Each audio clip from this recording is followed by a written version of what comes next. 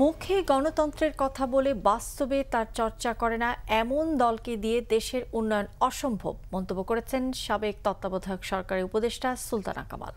সবার জন্য সুফল বয়ে আনবে সেই গণতন্ত্রই হবে গ্রহণযোগ্য, এমন দাবিও তার। রাজধানীতে ডিবেট ফর ডেমোক্রেসির আয়োজনে এক বিতর্ক প্রতিযোগিতায় এ মন্তব্য করেন তিনি। আওয়ামী লীগ ও সরকারের কয়েকজন মন্ত্রী টেকসই উন্নয়নের স্বার্থে সীমিত গণতন্ত্রের পক্ষে যুক্তি দিয়ে আসছে। অন্যদিকে বিএনপি ও সমমনা রাজনৈতিক দলগুলো টেকসই উন্নয়নের স্বার্থে অংশগ্রহণমূলক গণতন্ত্রের কথা বলছে।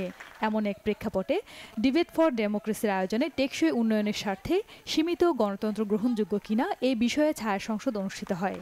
মাসবিকার এই বিশাল পরিমাণ শিক্ষিত বেকার জনগোষ্ঠীকে অর্থনৈতিক কর্মকাণ্ডে বাইরে রেখে সরকার যদি টেকসই চিন্তা শুধু স্বপ্নই থেকে যায়। আজকে যখন আমরা সেই বেশি উন্নয়ন কম গণতন্ত্রের দিকে যাবো মানুষকে, এবং 2030 পরবর্তী সময়ে আমরা বহুদলীয় গণতন্ত্রে ফিরে আসবো মানুষকে।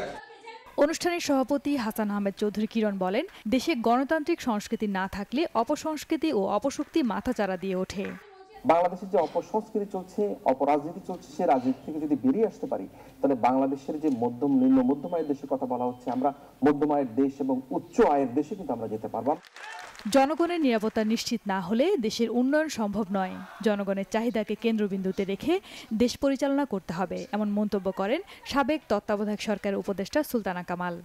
নীতিগতভাবেই বিশ্বাস করে না যে এই দেশটা একটা গণতান্ত্রিক ধর্মনিরপেক্ষ দেশ হবে, তো সেই দলের হাতে তো আর বাংলাদেশ গণতান্ত্রিক হবে না, সেটা একটা ব্যাপার। কিন্তু যারা বিশ্বাসও করে, বলছেও, ঘোষণাও করছে, তারাও যদি চর্চার মধ্যে সেই গণতান্ত্রিক ধারাবাহিকতাটা বজায় না রাখে, তাহলেও গণতন্ত্র হবে না।